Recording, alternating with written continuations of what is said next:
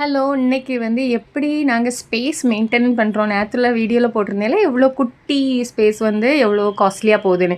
ஆனா, எங்க வீட்டுக்கு பக்கத்திலேயே ஒரு மேனுஃபேக்சரிங் யூனிட் இருக்கு. மொத்தல டெய்லரிங் யூனிட்ன்னு சொல்லலாம். இங்க வந்து இந்த கிட்ஸ் க்ளோத் எல்லாம் தைப்பாங்க. இதெல்லாம் கிட்ஸ் க்ளோத்க்கான மெட்டீரியல் வச்சிருக்காங்க. பாருங்க, எவ்வளோ சின்ன இடத்துல எவ்வளோ சூப்பரா அவங்க மெயின்டெயின் பண்ணி அவங்கள மத்தலப் அவங்க யூனிட் ரன் பண்றாங்கங்கிறது தான்.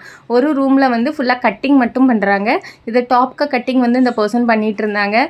இந்த இந்த ரூம் ஃபுல்லாவே கட்டிங்க்குன்னு சார்ட் பண்ணி வச்சிருக்காங்க. ஏன்னா கிளாத் விரிச்சிட்டு விரிக்கிறதுக்கு இவ்வளோ இடம் வேணுங்கிற ஒரே காரணத்துக்காக வந்து இந்த ரூமை ஃபுல்லாகவே கட்டிங்க்கு சார்ட் பண்ணியிருக்காங்களாம். இவங்க கட் பண்ணுறது மட்டும் இந்த பக்கத்தில், அப்புறம் வந்து இங்கே எல்லாமே வந்து ரெடிமேட் பீஸும் கொஞ்சம் அப்படி ரெடி பண்ணி அங்கே வச்சிருக்கிற பீஸையுமே அங்கே மெயின்டைன் பண்ணியிருக்காங்க.